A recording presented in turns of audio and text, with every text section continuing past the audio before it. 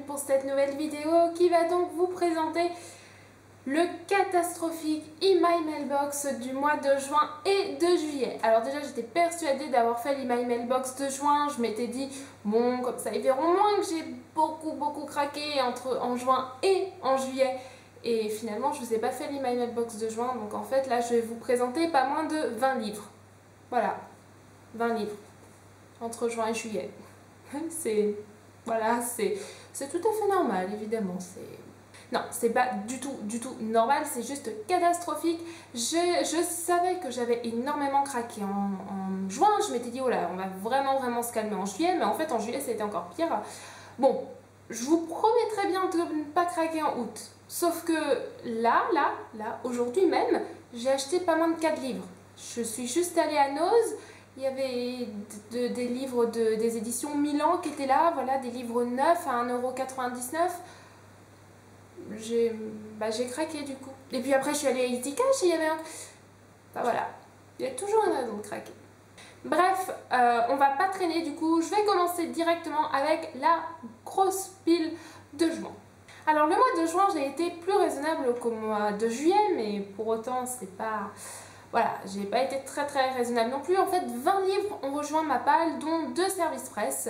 Donc, je vais vous montrer ça. Le premier livre que je vais vous montrer, mais en fait, je l'ai plus sous la main je l'ai déjà lu, je l'ai déjà chroniqué et il m'avait pas plus emballé que ça, donc je l'ai donné. Il s'agit de Coloc et Plus d'Emily Blaine, publié aux éditions Harlequin dans la collection H&E, je crois, ou EH. Donc, voici un aperçu de la couverture. Donc comme je vous disais, je l'ai déjà lu, je l'ai déjà chroniqué, j'ai été pas forcément très emballée. Disons que ce roman ne comporte pas forcément de points négatifs majeurs. Le problème c'est que c'est une romance, c'est vraiment 100% romance et c'est trop long. Le livre fait quasiment 500 pages que de romance, ça m'a pas accroché. Mais voilà, c'est vraiment personnel, hein. C'est pas la faute du livre, c'est un petit peu de la mienne aussi, quoi. J'ai trouvé ça trop long, j'ai pas été plus convaincue que ça, donc voilà. Le second service presse que j'ai reçu en juin, et là aussi ça a été une déception, il s'agit de Invisibilité de Andrea Kremer et David Lévitan, publié aux éditions Michel Lafon. Donc voilà, là aussi la chronique est sur le blog, ça n'a pas vraiment fonctionné pour ce livre non plus. Voilà, comme je vous le disais dans une de mes dernières vidéos et comme je l'ai dit dans ma chronique, voilà, tout ce qui est abordé reste beaucoup trop superficiel, c'est parfois trop rapide, parfois beaucoup trop lent, c'est très simplifié, il y a de bonnes idées mais malheureusement les idées sont pas assez approfondies et voilà, j'ai vraiment pas été plus emballée que ça. Et on va commencer avec tous les craquages. Alors je vais vous rassurer, en tout cas je vais essayer de vous rassurer, tous les livres que je vais vous montrer, que ce soit juin ou juillet, que j'ai acheté moi-même, ils sont tous d'occasion. Je vous le précise parce que ça se voit pas forcément, mais voilà, ils sont vraiment tous d'occasion. Donc j'ai eu tous ces livres pour moins de 50% au moins. En fait c'est ça le problème, c'est les offres d'occasion, elles sont trop attirantes et du coup je craque.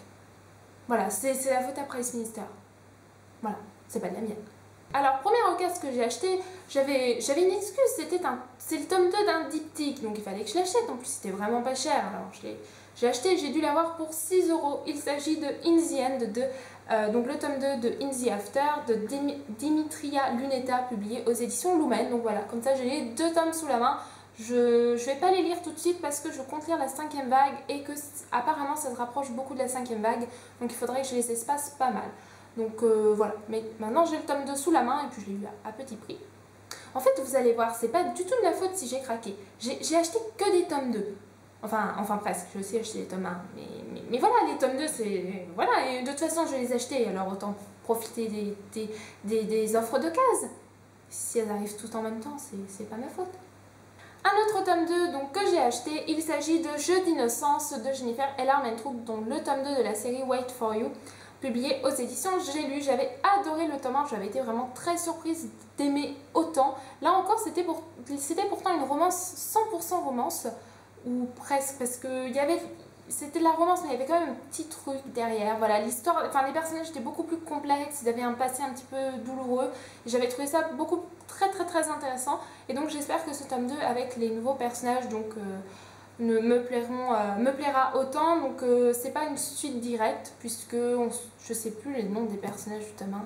Mais voilà, en gros on suivait un premier couple dans le tome 1 et là on va suivre un deuxième couple. En tout cas si le deuxième couple se fait.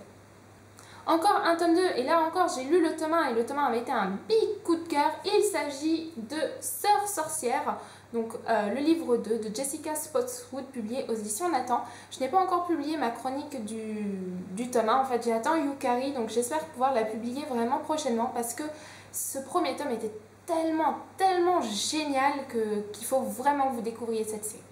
Bon, là j'ai plus d'excuses, je le reconnais, c'est des tomes 1. C'est 4 tomes 1, mais voilà. Une série, une trilogie, il me semble, qui me tente depuis vraiment pas mal de temps. Le problème, c'est que j'avais pas envie de l'acheter en neuf et que comme c'est un livre à la base pas très cher, il a fallu que j'attende vraiment une offre d'occasion intéressante pour l'acheter et du coup, j'ai sauté dessus. Voilà. À mon avis, ça c'était pour les 3 là, celui de Jennifer Allerman-Truth, In the End, et celui que je vais vous montrer, c'était une commande Gibert. Sœur sorcière était à côté. Donc voilà, à mon avis, c'était le livre qui faisait que j'arrivais à 25 € et que j'avais les frais de port gratuits. Je pense que c'était ça. Donc il s'agit du tome 1 de La Balance brisée, subliminale, publié de Lise Siven, publié aux éditions Castelmore. Donc en fait, vous voyez, c'est des formats semi-poche, assez épais, on s'écrit gros à l'intérieur, ça je vous le cache pas. En fait, c'est le même format que 14x14 pour ceux qui l'ont lu. Et donc, ce sont des livres qui coûtent 10,90 € à la base. Donc voilà, c'est pas cher. Mais comme je sais que je les lis très vite, j'avais envie de le prendre d'occasion. Sauf que les occasions, pour qu'elles soient intéressantes, il faut vraiment que ça descende très bas. Ou alors que vous profitez d'une offre comme Gibert, où là, vous l'avez peut-être pour 7 €, mais vous n'avez pas les frais de port à payer puisque vous avez pris d'autres livres. Où là ça devient intéressant, sinon c'est vrai qu'il faut attendre, on arrive 10,90 avec des frais de port, ça monte assez vite. Alors là c'est pas une commande internet, c'est juste que je suis allée dans ma caverne d'Alibaba, qui d'ailleurs me manque beaucoup à Rennes, mais ça m'empêche pas. Voilà, je suis pas allée dans ma caverne d'Alibaba depuis juillet, j'ai jamais acheté autant de livres. Depuis fin juin et j'ai jamais acheté autant de livres, donc vous imaginez. J'avais trouvé un livre qui me faisait très envie, mais alors moi je trouve que vu l'épaisseur, le prix neuf est complètement démesuré. Il s'agit du tome 1 de La vie rêvée d'Ève, donc le tome 1 La fuite de Anna Carey, publié aux éditions Pocket Jeunesse. Donc voilà, ça faisait partie des... Il y a une vague de sorties chez Pocket Jeunesse où il y en a beaucoup qui m'intéressaient, celui-ci en fait partie. Malheureusement, il coûte 16,90 € pour cette épaisseur. C'est écrit, voilà, c'est pas écrit trop gros, c'est écrit moins gros que La Balance brisée, mais quand même, ça va se lire très vite. Donc là, je l'ai eu j'ai dû l'avoir pour 6 € dans ma caverne d'Alibaba. Donc forcément, voilà, pour découvrir. En plus, je ne connais pas Anna Carey, donc ce sera le moyen de découvrir. Les 2 prochains livres que je vais vous présenter, ce sont 2 livres en anglais. Voilà. C'est pour améliorer mon anglais. Oui, je sais, j'en ai déjà plein que j'ai pas lu, mais voilà. En fait, le premier que je vais vous présenter, je l'ai commandé depuis longtemps. C'est pas ma faute, il est arrivé en juin. Mais voilà, je l'ai commandé depuis longtemps. C'était une précommande, j'ai totalement craqué pour la couverture. Et puis en plus, j'adore cet auteur pour l'avoir découvert, l'avoir déjà lu en français, pardon. Et vous allez voir, je suis sûre que quand vous allez voir la couverture, vous allez craquer aussi. Je suis sûre. Il s'agit du tome 1 de The Remnant Chronicles, avec un good accent in English, The Kiss of Deception, donc de Mary E. Pearson, donc, qui est en fait l'auteur du journal de Jenna Fox. Donc forcément, j'ai adoré Jenna Fox, donc j'ai craqué pour celui-ci. Donc c'est publié aux éditions Squarefish. Donc voilà, vous voyez, franchement la couverture est sublime. En plus c'est voilà, c'est de la fantaisie. Apparemment c'est abordable, donc j'espère que ça va me plaire. Le quatrième de couverture est très, enfin voilà, je l'ai vraiment bien comprise. Je vous montre, hop, vous voyez, voilà, c'est la couverture du tome 2. Je ne l'ai pas encore acheté. J'attendrai peut-être d'avoir lu le tome 1 avant de l'acheter. Peut-être. Mais voilà, le livre est juste génial. J'adore. Alors, mon excuse pour le dernier livre, j'en ai pas. Si, en fait, j'en ai une. C'est parce qu'en français, ça coûtait trop cher. Du coup, je me suis dit que j'allais prendre l'anglais. Comme ça coûte moins cher. Et en plus, The Book Depository m'offrait 5%. Bah, du coup, j'ai pris. Du coup, il était vraiment pas cher. Bon, redevenons sérieux, j'ai pas vraiment d'excuses pour cet achat. En fait, voilà, ça fait partie des sorties en français chez Pocket Jeunesse que je voulais lire. Le truc, c'est qu'il est assez cher, il est 17,90 en VF, oui, en VF. Et Jess Livre Addict a lu le livre que je vais vous présenter en VO et il a dit qu'il était très abordable. C'est de la jeunesse, je me suis dit pourquoi ne pas essayer. Et il s'agit, voilà, de suicide. En fait, Jess en avait parlé dans une vidéo il y a pas mal de temps et elle m'avait totalement conquise. Il me fallait ce livre à sa sortie en VF. Malheureusement, les offres d'occasion ne descendant pas très vite, j'ai opté pour la VO.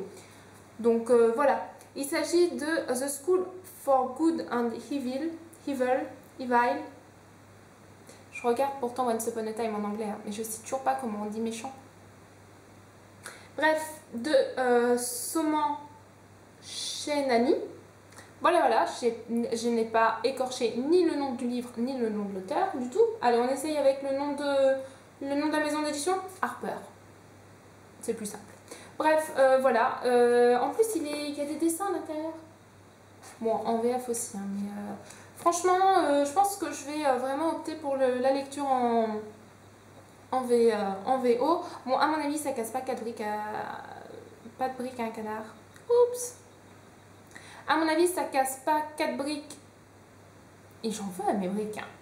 À mon avis, ça ne casse pas 3 pattes à un canard. J'y suis arrivée. Voilà, je pense que l'histoire en elle-même est peut-être juste sympa, mais voilà, non, déjà je le lirai en VO, donc ce sera un plus. Et puis, je suis vraiment très intriguée et j'ai vraiment hâte de découvrir ce livre.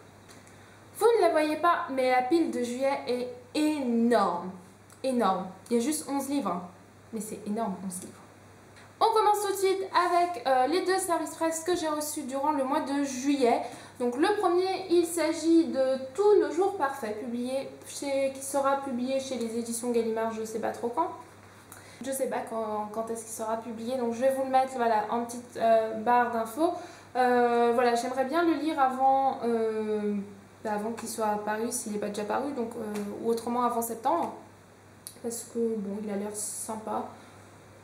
Voilà, il est comparé à John Green, alors voilà, je sais pas. C'est marqué Entre nos étoiles contraires et Eleanor and Park. L'histoire d'amour enivrante et tragique d'une jeune fille qui réapprend à vivre avec un garçon qui veut mourir. On va voir ce que ça donne. L'autre service presse, il s'agit de Big Game de Dan Smith, publié aux éditions Michel Lafon. Donc voilà, je remercie Livre Addict pour me l'avoir envoyé. Il me tentait vraiment beaucoup. En plus, il n'est pas très épais, donc j'espère le lire rapidement et j'espère qu'il me plaira. Alors, quelles sont mes excuses pour les différents livres que je vais vous présenter? En réalité, j'en ai absolument aucune. J'ai bien des tomes 2 et des tomes 3, mais j'ai pas commencé les séries.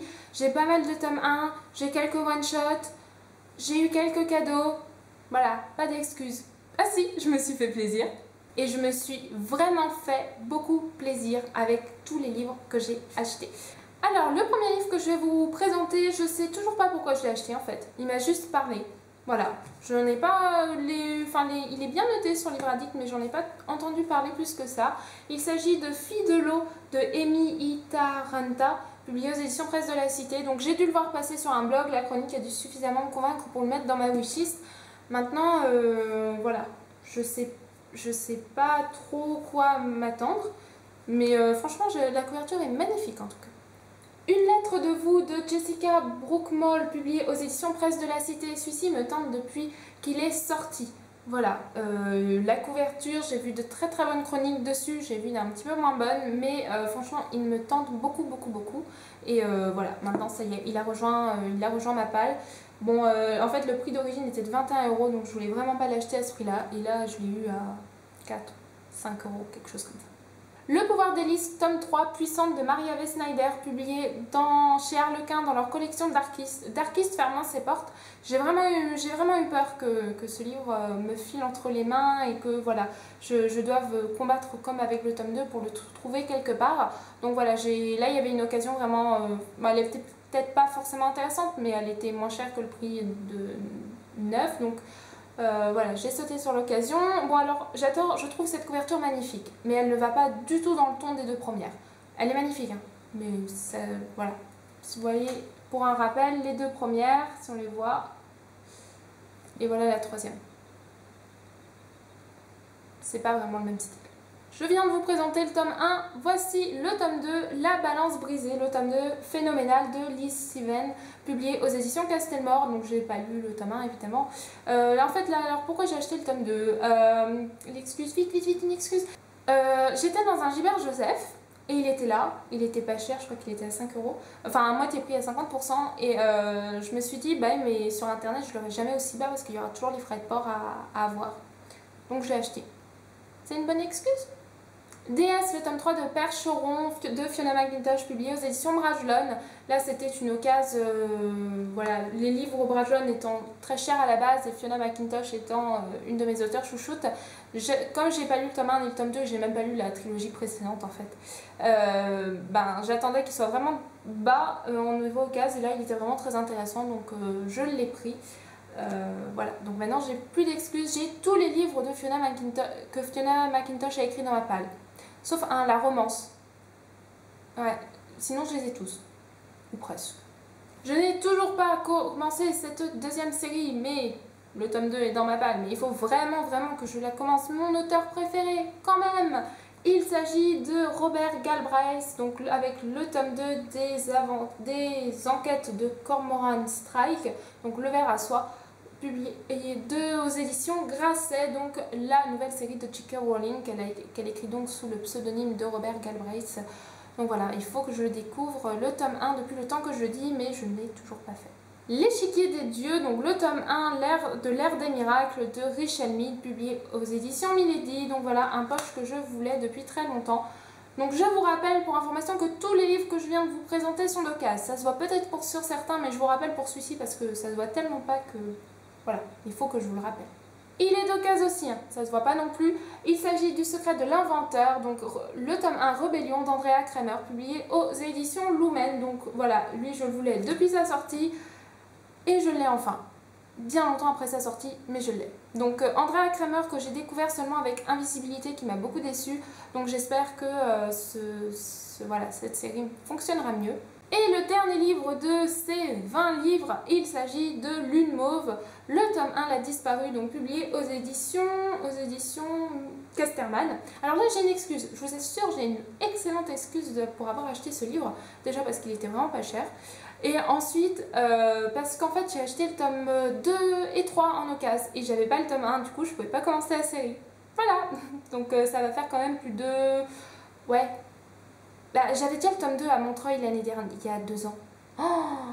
Oh ouais, ça va faire facilement 1 an et demi. J'avais le tome 2, il est dédicacé. Donc je l'ai acheté juste avant Montreuil quand j'y suis allée. J'y suis pas allée cette année, j'y suis allée l'année dernière. Donc en fait, depuis tout ce temps, j'ai une série que je peux pas lire parce que j'ai pas le tome 1. Ah ouais, donc c'était une bonne excuse.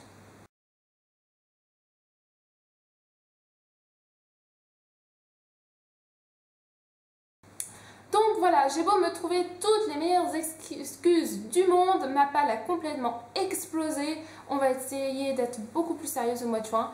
Au mois d'août. Ouais, pas au mois de juin l'année prochaine. Non. Au mois d'août, on va essayer. C'est mal barré, mais on y croit. Sinon, ça sera septembre. Voilà. En tout cas, je vous fais à tous de gros bisous et je vous dis à la prochaine pour une future vidéo, un récap lecture ou un email mailbox. On verra. Bisous bisous.